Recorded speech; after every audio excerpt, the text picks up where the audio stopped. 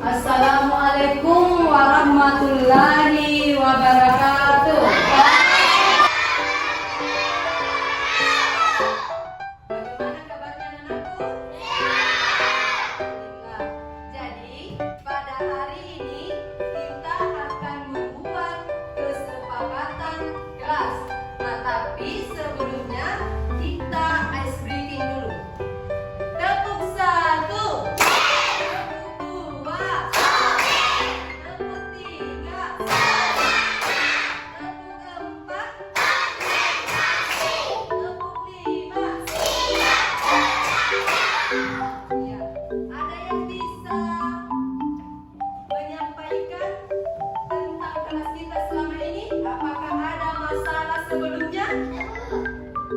Siapa yang bisa menyampaikan masalah yang kita alami di kelas kita? Coba angkat tangan. Bisa dulu. Iya, Adisa sering tidak ikut apel pagi. Siapa lagi? Kila Salsabila. Bagus. Siapa lagi? Miska. Ada anak yang sering naik di meja. Siapa lagi? Zulkifli.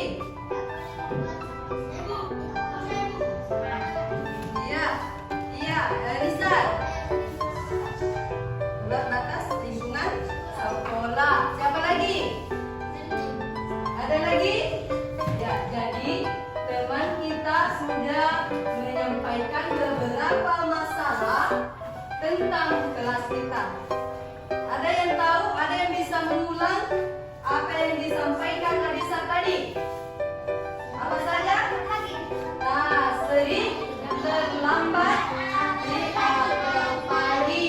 Kemudian apa lagi? Iya. Ya,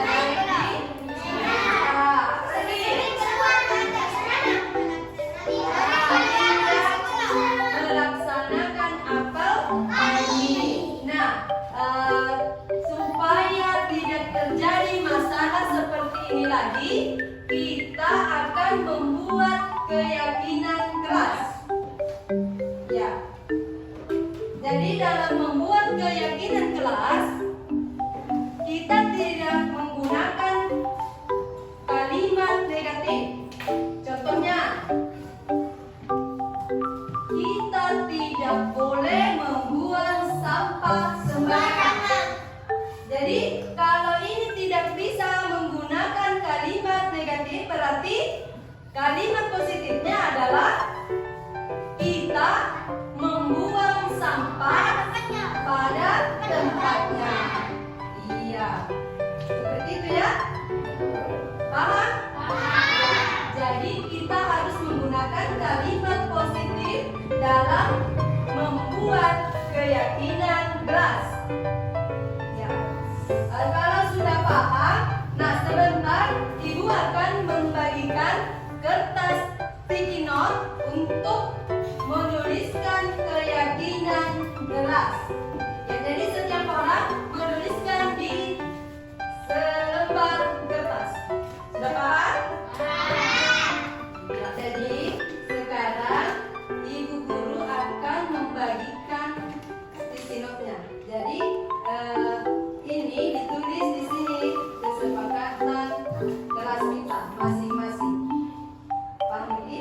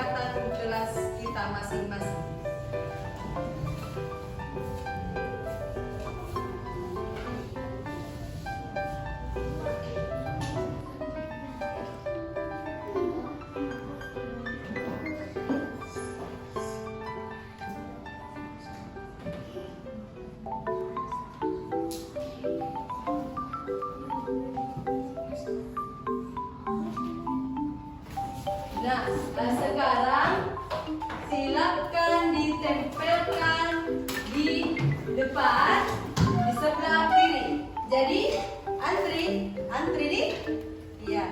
Silakan dari kelompok ini. Silakan ditempel bagian sini.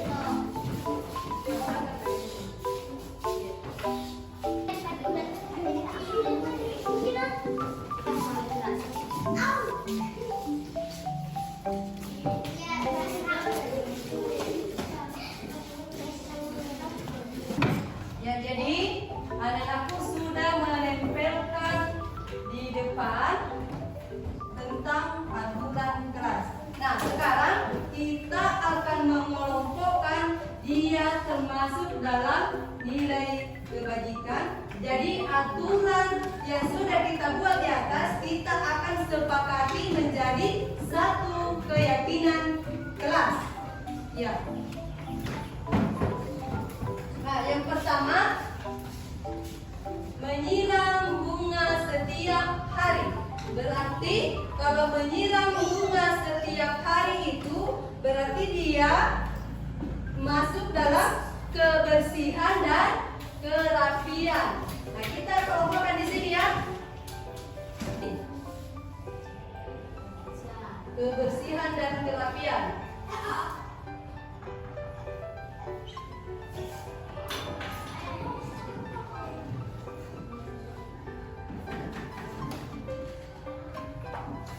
Nah, kemudian kalau membuang sampah pada tempatnya, dia masuk dalam nilai kebajikan ini. Nah, kita kelompokkan di sini. Membuang sampah pada tempatnya. Kemudian membuang sampah pada tempatnya.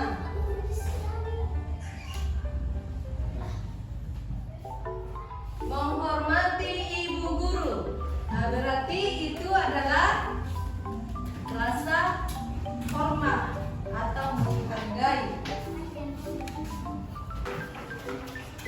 Menghormati guru. Dia masuk di kelompok mana? Di sini. Iya. Ada yang bisa tempelkan? Iya, Aulia.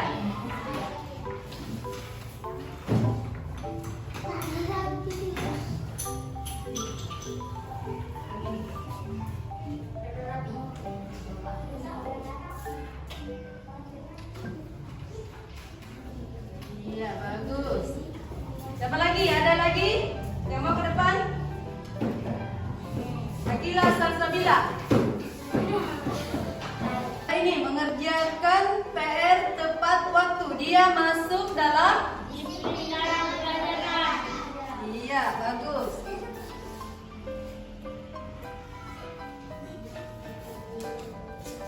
Kalau menjaga lingkungan sekolah, yang mana? Kebersihan dan kerapian. Bagus. Kemudian melaksanakan piket kelas. Di mana?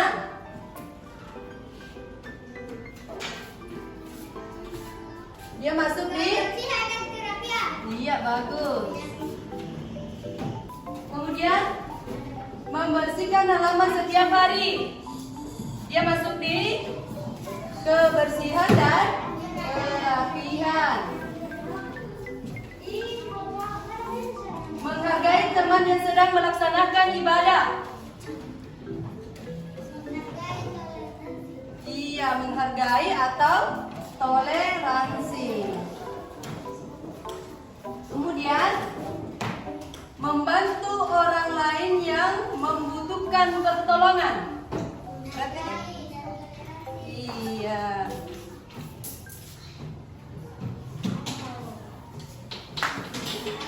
Mengumpulkan tugas tepat waktu.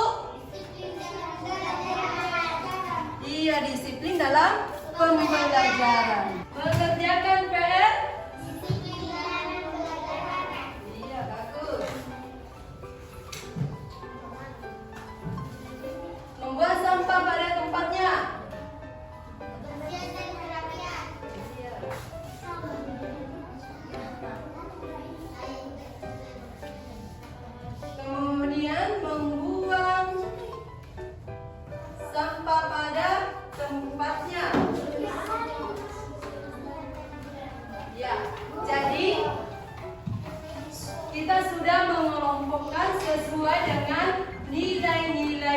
kebajikan universal. Jadi inilah yang kita sepakati sebagai keyakinan kelas.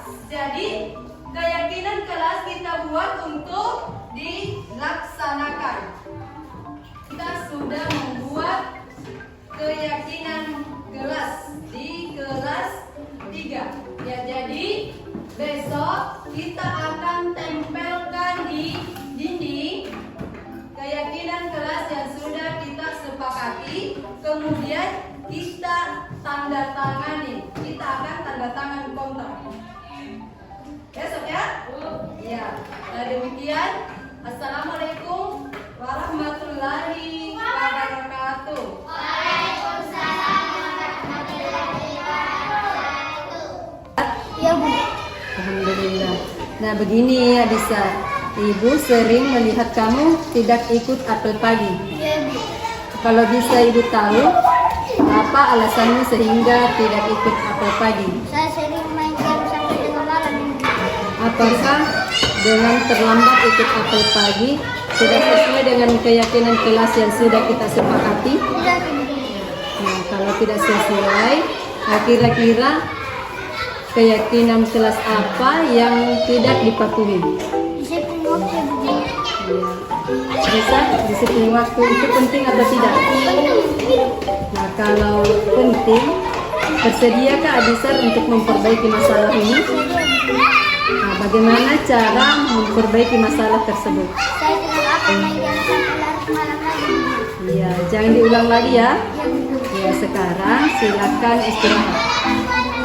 Assalamualaikum warahmatullahi wabarakatuh. Saya Bicar mengucapkan terima kasih atas diskusi yang telah Ibu Guru lakukan, dan saya tidak akan terlambat untuk apel pagi. Bismillahirrahmanirrahim. Assalamualaikum warahmatullahi wabarakatuh.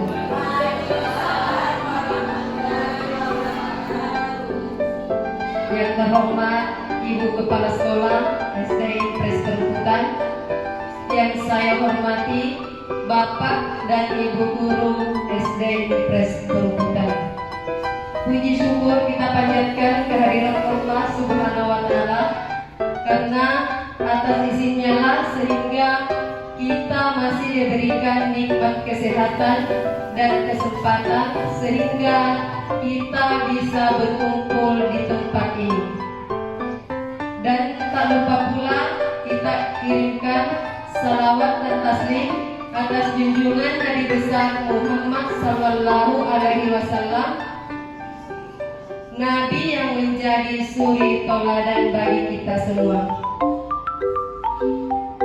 Yang terhormat Bapak dan Ibu Guru, saya mengucapkan banyak terima kasih karena menyempatkan waktu untuk ikut menghadiri kegiatan diseminasi budaya positif yang merupakan tugas saya di aksi nyata di modul 1.4. Dan saya berdiri di sini bukan berarti saya menggurui Bapak dan Ibu Guru, tetapi di sini saya hanya untuk berbagi ilmu dan kita akan berkolaborasi tentang budaya positif ini.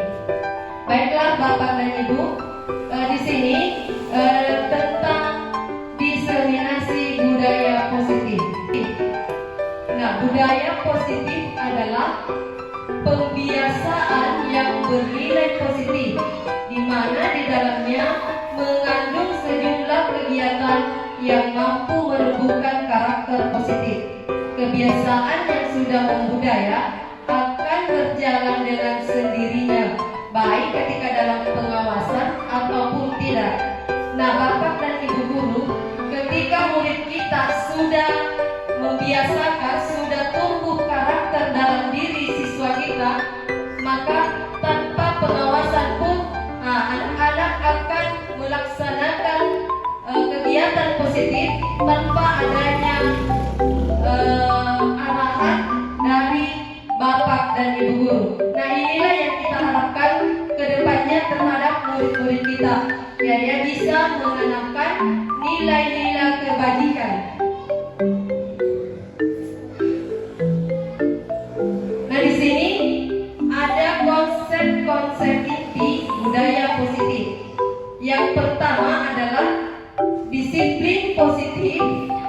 dan nilai kebajikan.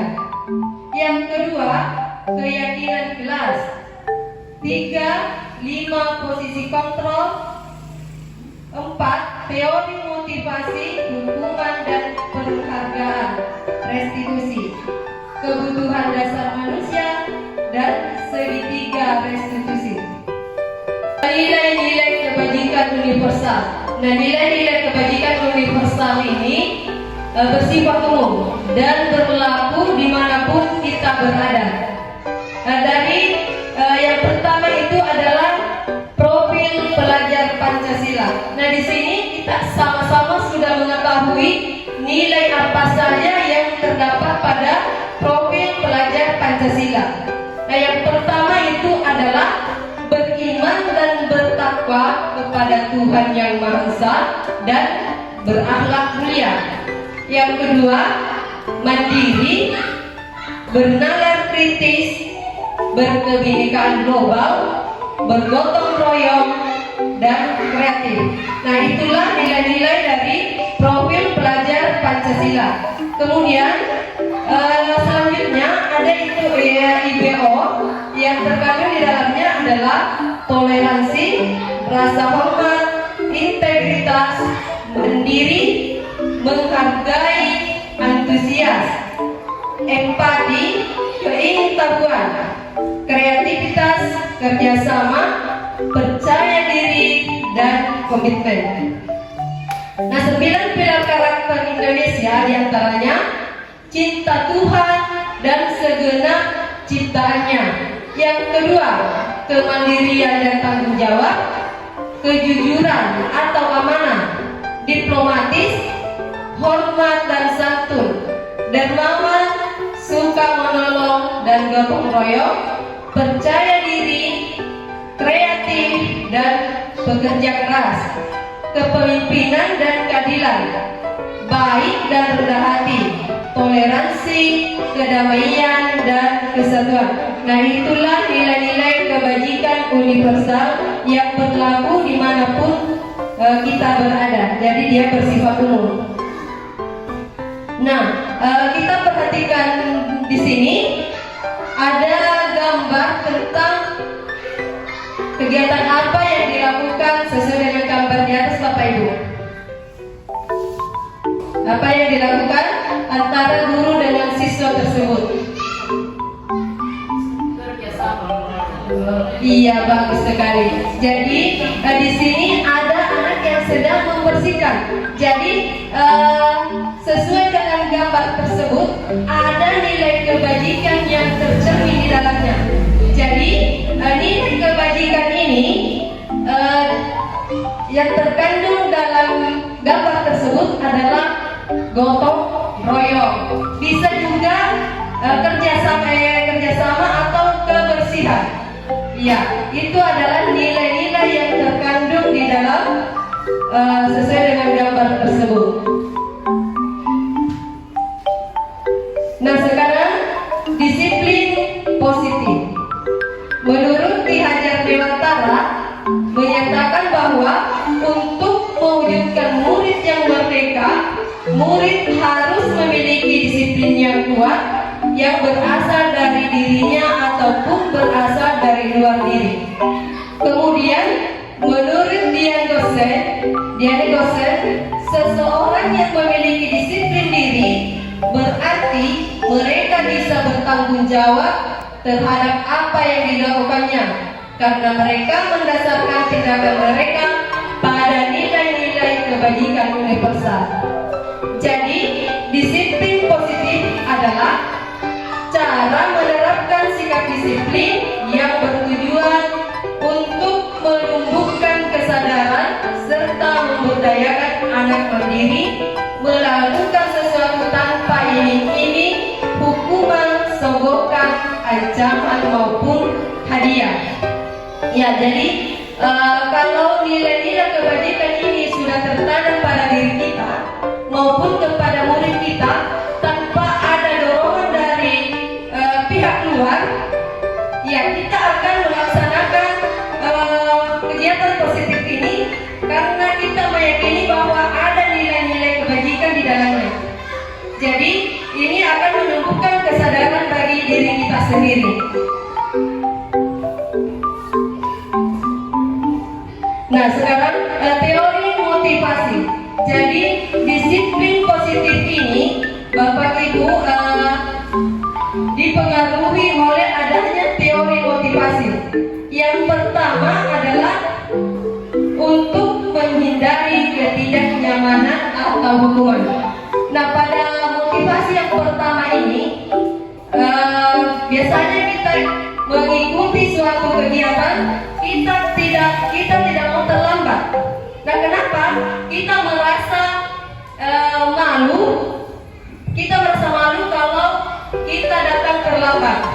Nah, berarti ini adalah termasuk motivasi eksternal. Kenapa? Karena kita masih dipengaruhi oleh pihak-pihak dari luar. Karena kita merasa malu, makanya kita cepat datang pada kegiatan tersebut.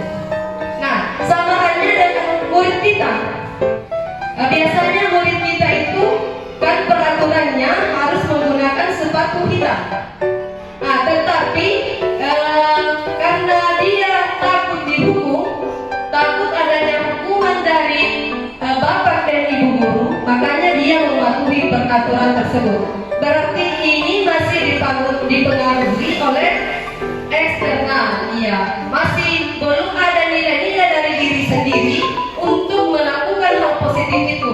Belum ada dorongan dari dalam diri kita sendiri. Kemudian yang kedua, untuk mendapatkan imbalan dari orang lain atau institusi. Nah, ini juga Bapak Ibu, biasanya kita di kelas itu, kalau kita memberikan iming-iming kepada siswa kita, misalnya, nah anak-anakku, siapa-siapa yang bisa menyelesaikan soal ini dalam waktu 15 menit, nah sebentar ibu akan kasih hadiah. Nah, seperti ini berarti ini masih termasuk motivasi eksternal, karena dia masih mengharapkan imbalan dari guru. Nah, ini juga kalau pemberian hadiah terhadap murid ini Bapak Ibu akan berdampak negatif. Kenapa? Karena dengan pemberian hadiah, maka anak-anak tersebut akan tergantung, akan motivasi akan mendapatkan hadiah. Ya, jadi biasanya kalau sudah tidak dikasih hadiah, maka anak tersebut akan berpikir bahwa saya tidak usah menyelesaikan tugas saya karena tidak ada janji ibu. Nah, berarti ini termasuk motivasi eksternal. Nah, kemudian yang ketiga, motivasi yang mempengaruhi disiplin positif itu adalah untuk menjadi orang yang mereka inginkan dan menghargai diri sendiri dengan nilai-nilai yang mereka percaya. Nah, dari ketiga motivasi ini, inilah yang kita harapkan. Motivasi internal, motivasi dari dalam diri kita sendiri, tanpa ada takut hukuman, tanpa ada imbalan, kita bisa melakukan motivasi yang ketiga ini. Berarti ini sudah tertanam dalam diri kita nilai-nilai kebajikan. Begitupun dengan murid-murid kita, tanpa ada pengawasan dari bapak dan ibu guru, dia bisa melakukan hal seperti ini karena nilai-nilai kebajikan sudah tertanam di dalamnya. Sekarang kita perhatikan gambar di atas. Nah, menurut bapak ibu guru, kira-kira motivasi apa yang tercermin pada gambar? Apakah motivasi eksternal atau motivasi internal?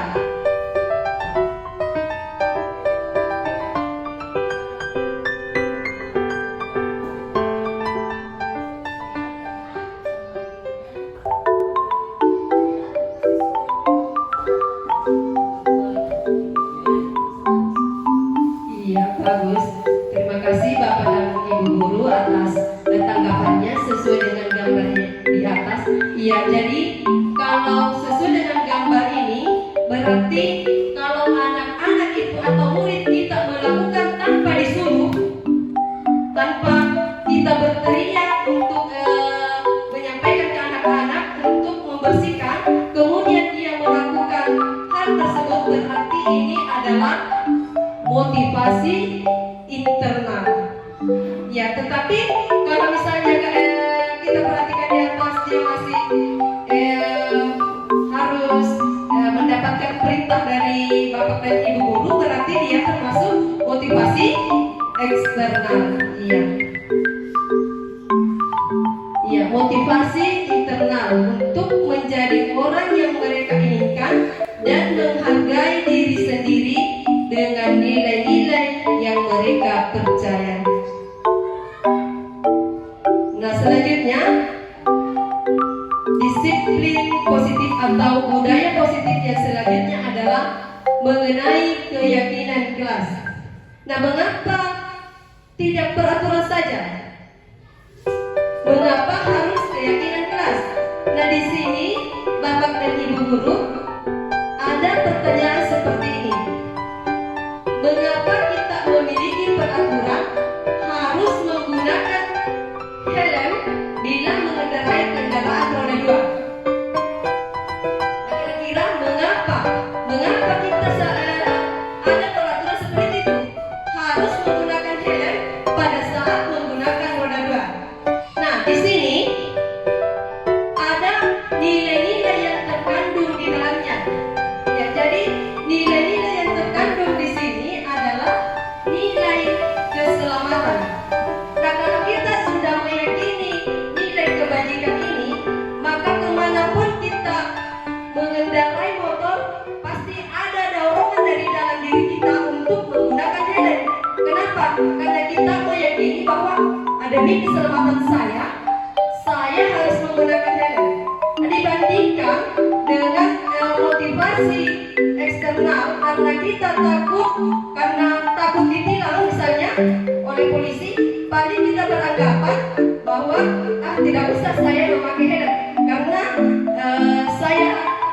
tempat yang saya tuju dekat, jadi tidak usah memakai helm. Kalau itu motivasi eksternal. Nah, tetapi kalau sudah tumbuh dalam diri kita motivasi internal, nah kemanapun akan kita menggunakan helm.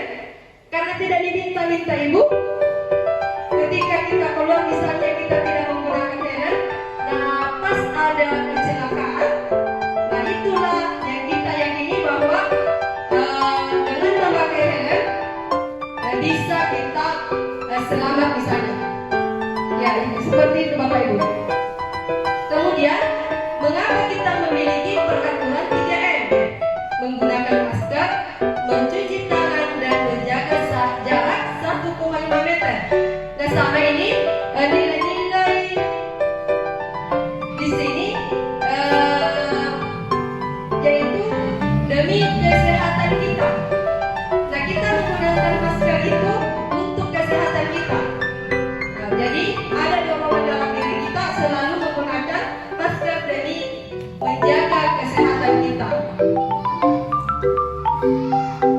Nah, kemudian mengapa kita memiliki peraturan harus datang tepat waktu pada saat mengikuti pelatihan? Nah, ini juga ada nilai-nilai di dalamnya, yaitu kita harus komitmen. Jadi nilai yang terkandung di sini adalah komitmen. Nah, sekarang keyakinan kelas. Di sini masih ada peraturan dan kolom keyakinan kelas. Nah, kalau kita membuat keyakinan kelas, kita harus menggunakan kalimat positif. Jadi kita tidak menggunakan lagi, misalnya kita bertanya kepada anak-anak, kira-kira peraturan apa yang akan kita laksanakan di kelas kita. Nah, misalnya kan biasa anak-anak itu menyampaikan seperti ini. Saya tidak boleh membuat sampah. Nah, kata tidak boleh ini dalam membuat keyakinan kelas tidak bisa digunakan Bapak Ibu. Jadi yang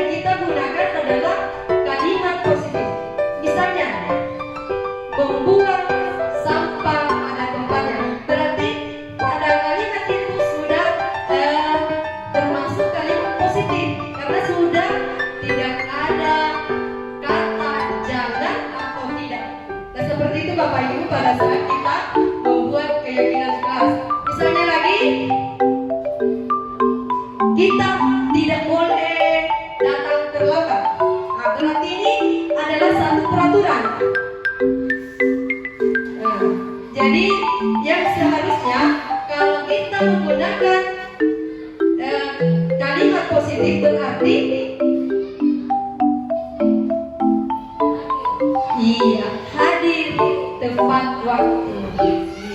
Seperti itu Bapak Ibu. Kemudian dilarang melakukan kekerasan. Dilarang menggunakan narkoba, bergantian atau menunggu giliran. Gunakan masker. Jangan berlari di kelas atau koridor. Nah, ini yang saya sebutkan tadi ini masih bersifat peraturan.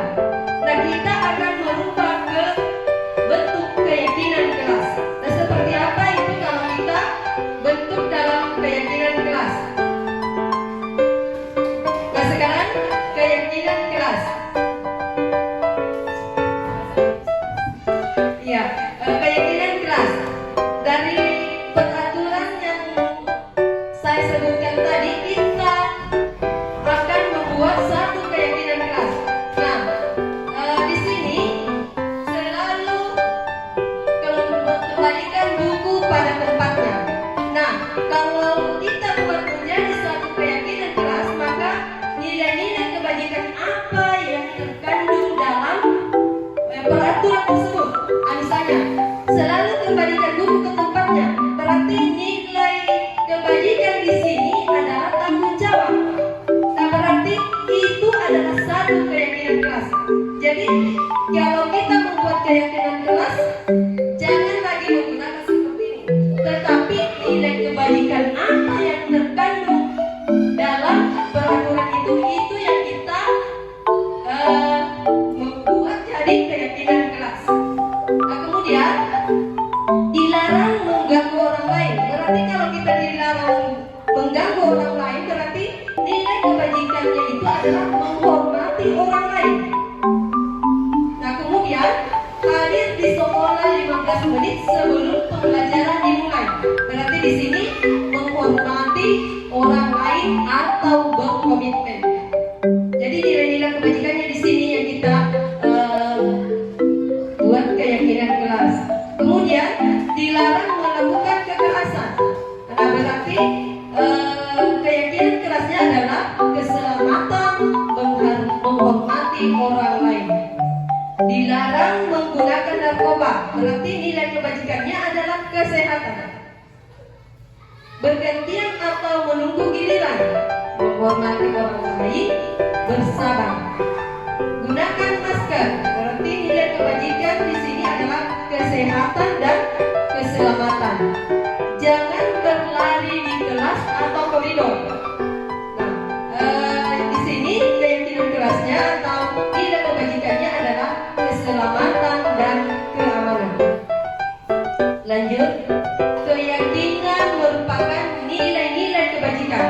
Nah, seperti yang saya sampaikan tadi, membuat keyakinan kelas berarti nilai-nilai kebajikan atau prinsip-prinsip universal yang disepakati bersama secara universal.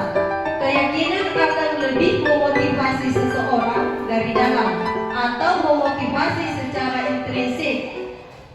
Seseorang akan lebih tergerak dan bersemangat untuk menjalankan keyakinannya daripada hanya sekedar mengikuti serangkaian peraturan. Nah, di sini membuat keyakinan kelas. Nah, di sini Bapak Ibu, ini adalah salah satu contoh. Biasanya kalau kita membagikan kertas sama murid kita, nah dia akan menuliskan seperti ini. Tidak boleh makan di dalam kelas, jangan bermain saat belajar, tidak berkelahi, tidak bermusuhan, membuang sampah di tempat sampah, mendengarkan guru saat berbicara, tidak terlambat ke sekolah, meminjamkan pensil teman, mendengarkan guru, tidak mencontek, tidak berkelahi, belajar dengan tenang, angkat tangan saat berbicara. Nah, kalau siswa kita atau murid kita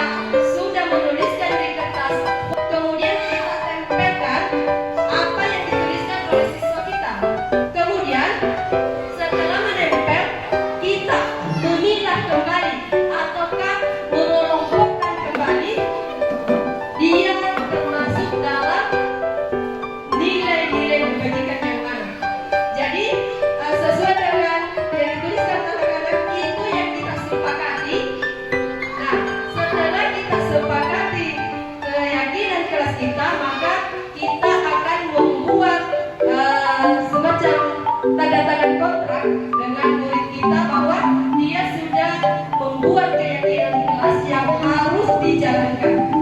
Seperti itu Bapak Ibu. Jadi dalam keyakinan kelas ini yang kita masukkan di sini adalah nilai-nilai kebaikannya. Misalnya kejujuran, keadilan, saling menghormati, tanggung jawab, dan kasih sayang.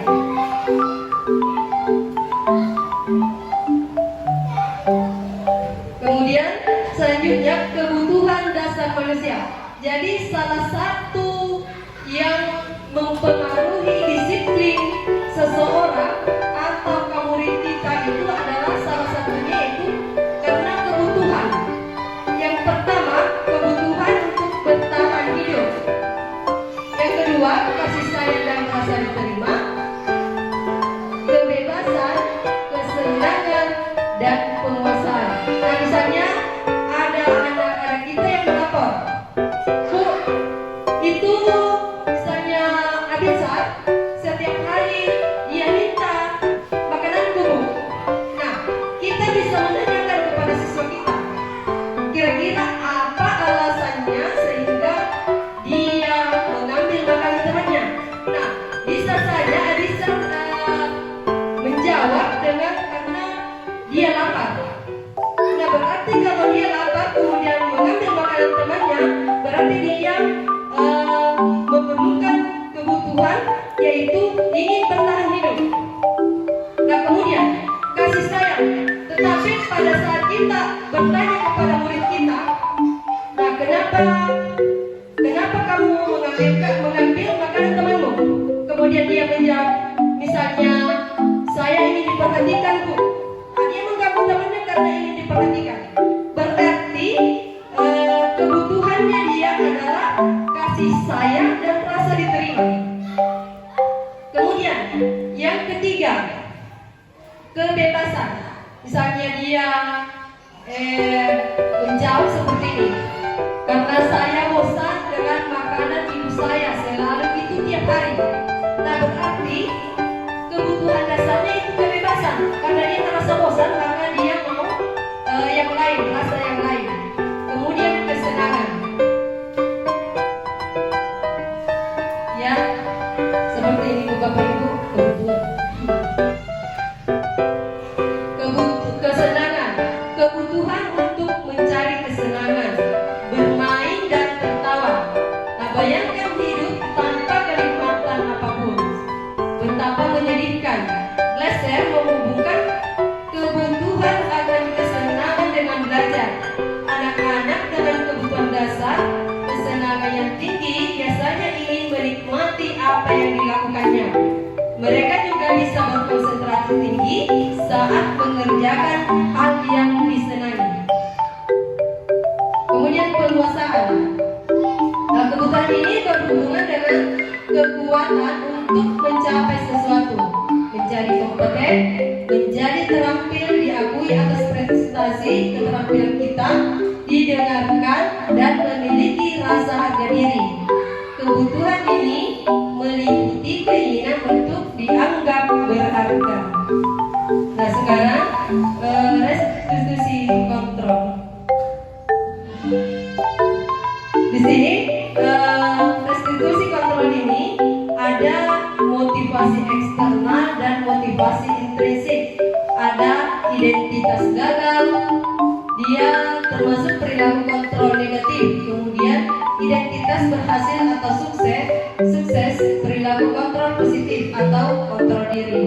Nah, penghukum. Nah, di sini yang termasuk dalam identitas gagal adalah penghukum. Misalnya, pada saat ada anak yang melanggar peraturan, maka kita menghardik atau menunjuk-nunjuk atau menyindir anak tersebut. Nah, berarti posisi kita berada pada penghukum. Nah, kemudian pada pembuat orang merasa bersalah, berceramah menunjukkan kekecewaan mendalam. Kemudian perilaku kontrol positif. Nah, pada saat kita berlaku sebagai teman, membuatkan alasan-alasan untuk murid-muridnya. Kemudian pemantau, menghitung dan mengukur. Kemudian kontrol diri, yaitu sebagai manajer, mengajukan pertanyaan-pertanyaan. Nah, kalau sebagai manajer kontrol ini, ini adalah yang paling dari beberapa ini yang paling bagus sebagai pendidik adalah sebagai manajer, menanyakan alasan-alasan kepada murid kita tentang mengapa dia melakukan hal tersebut.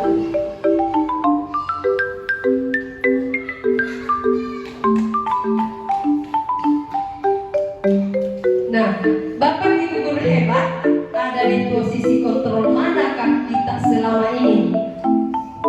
Nah, jadi kita bisa menilai diri kita sendiri, berada di posisi mana kita selama ini. Mudah-mudahan setelah ini kita melonjak ke tingkat yang paling atas, yaitu sebagai manajer, menanyakan kepada siswa kita apa alasannya sehingga dia melakukan hal tersebut. Nah, seperti ini harapannya kita selalu berada di posisi manajer. Jadi setiap ada murid yang mengabaikan keyakinan kelas, maka ada perlakuan khusus.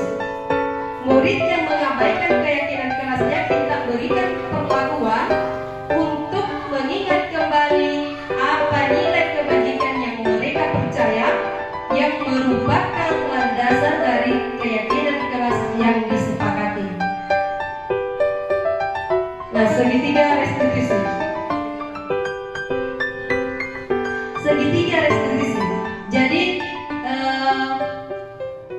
segitiga restitusi ini, mengapa dikatakan segitiga? Karena tindakan yang dilakukan yaitu validasi tindakan yang salah, kemudian menstabilkan identitas dan menanyakan keyakinan.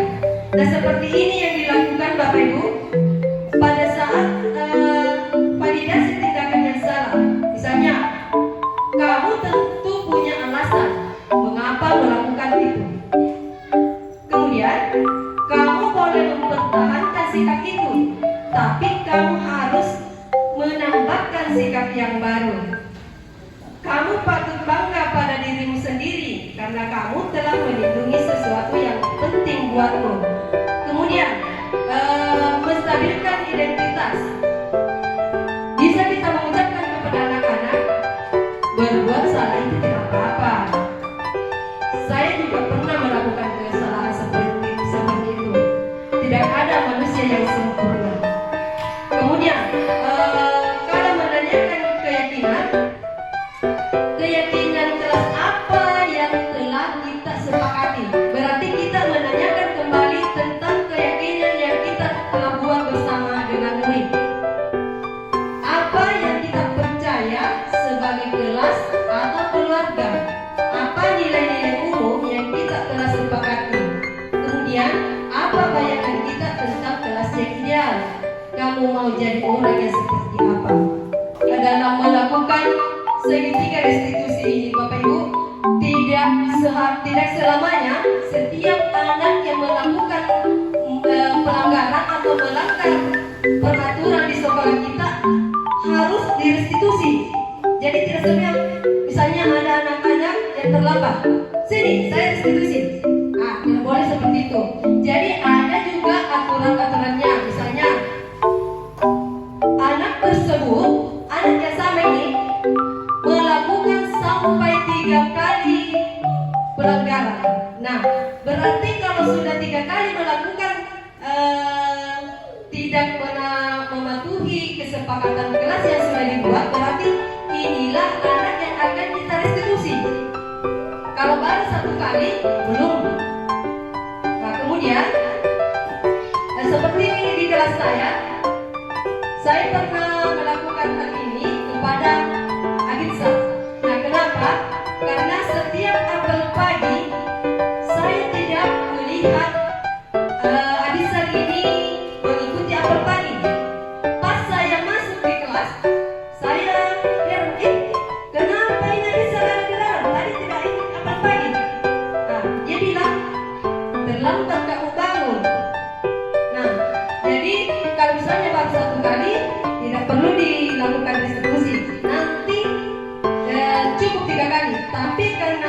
besar saya perhatikan selalu datang terlambat, makanya saya lakukan seperti ini.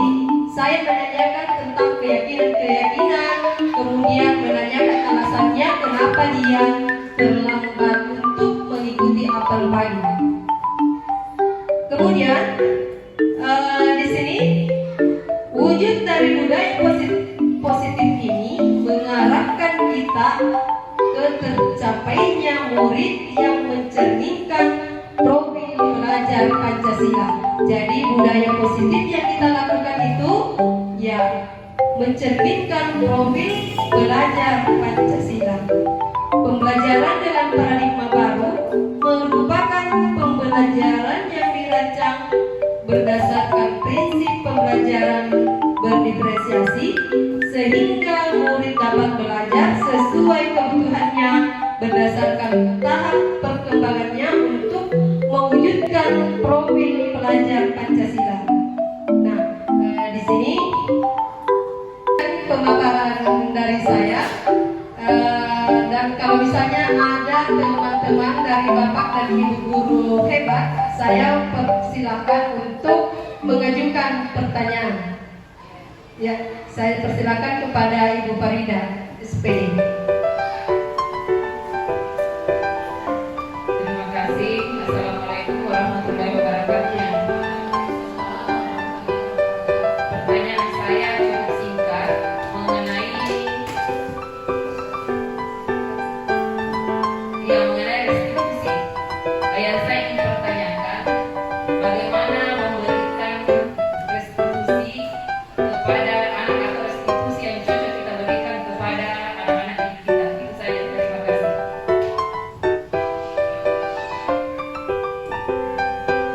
Ya, terima kasih atas pertanyaan yang disampaikan oleh Ibu Farida.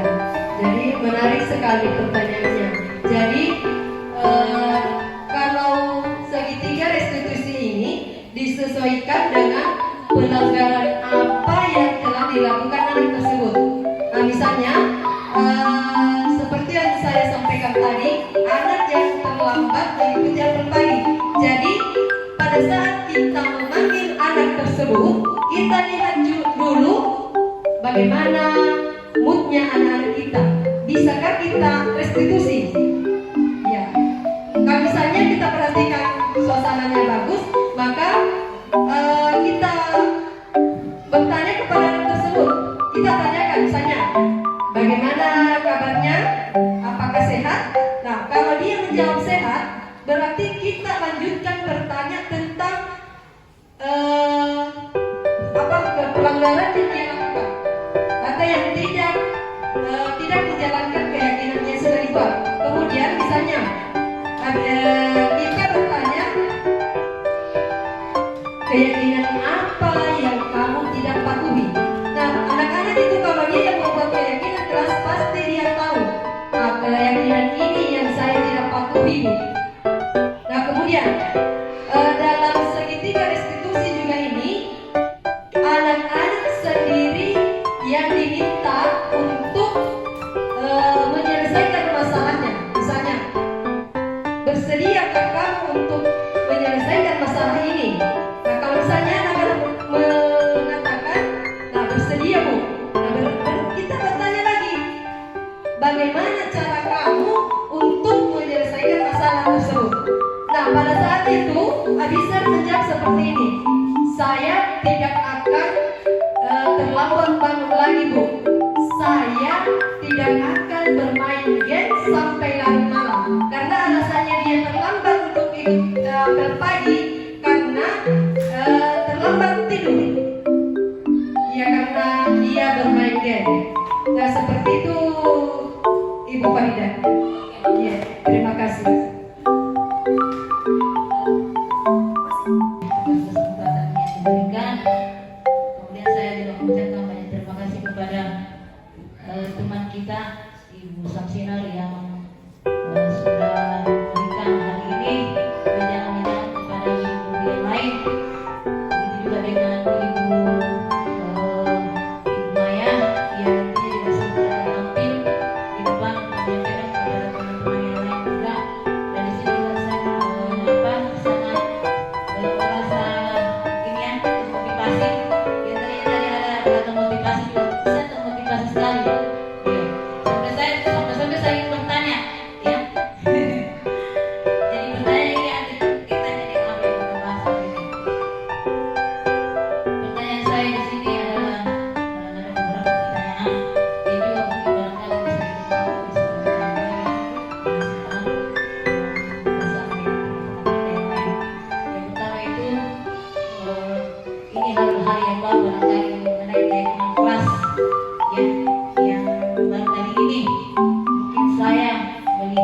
keyakinan kelas yang sebelumnya itu saya pernah mendengar dan pernah juga memaparkan kepada anak saya ketika saya masih menjabat sebagai guru, yaitu kesepakatan kelas. Yang pertama pertanyaan saya, kapan keyakinan kelas dimulai dan nilai-nilai kebaikan yang ada dalamnya? Itu yang pertama. Yang kedua, apa bedanya keyakinan kelas dan kesepakatan kelas? Kemudian yang ketiga, apa keyakinan kelas ini harus ada di semua kelas, dari kelas 1 sampai kelas 6. Kemudian yang keempat, apa keyakinan kelas juga bisa dilakukan di luar kelas ketika ada proses pembelajaran yang dilakukan di lingkungan kelas. Ya, terima kasih. Assalamualaikum warahmatullahi wabarakatuh. Terima kasih atas pertanyaan yang disampaikan oleh Ibu Kepala Sekolah, dan ini pertanyaan yang sangat menarik. Jadi tentang pertanyaan yang disampaikan tadi mengenai kapan kita membuat keyakinan kelas. Jadi keyakinan kelas itu kita buat dari sekarang. Kita buat dari sekarang, kemudian meminta pendapat kepada murid tentang apa-apa yang misalnya ada permasalahan di kelasnya, itu yang dituliskan, kemudian sebentar itu yang disepakati dan dipajang di kelas. Seperti itu, Bu. Kemudian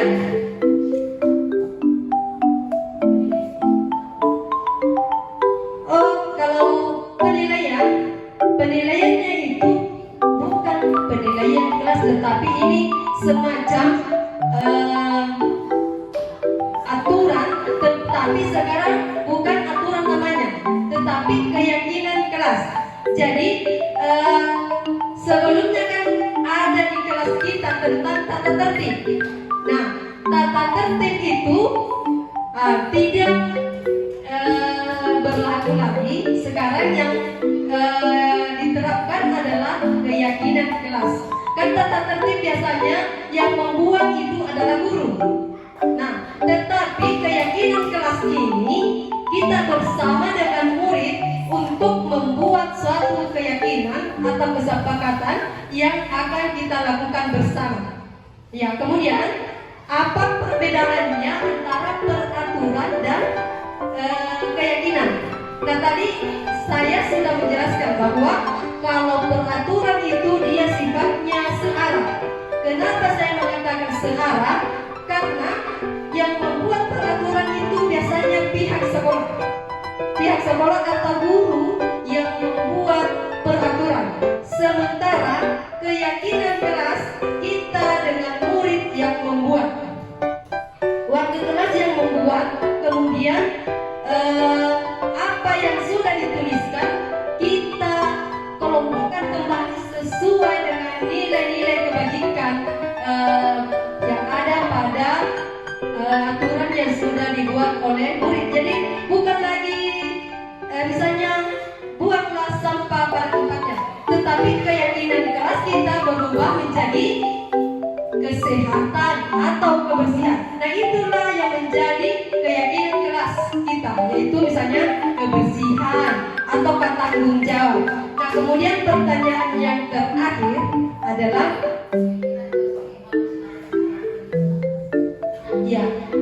ya di sini Bapak Ibu, supaya kita menerapkan di kelas kita masing-masing, membuat keyakinan kelas masing-masing. Jadi semua kelas memiliki keyakinan di kelasnya yang dibuat bersama dengan murid. Nah, kemudian apakah keyakinan itu dibuat untuk di lingkungan sekolah? Jadi keyakinan ini ada sebenarnya keyakinan kelas, kemudian ada juga keyakinan sekolah. Berarti keyakinan sekolah ini berlaku untuk semua warga sekolah, Bapak Ibu. Nah, seperti itu Ibu Kepala Sekolah.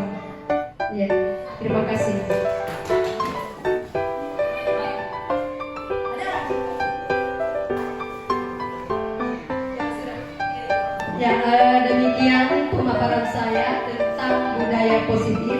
Mudah-mudahan kita bisa mengaplikasikan masing-masing di kelas kita dan di sekolah kita tercinta ini dengan adanya kolaborasi dengan pihak kepala sekolah maupun dari bapak dan ibu guru.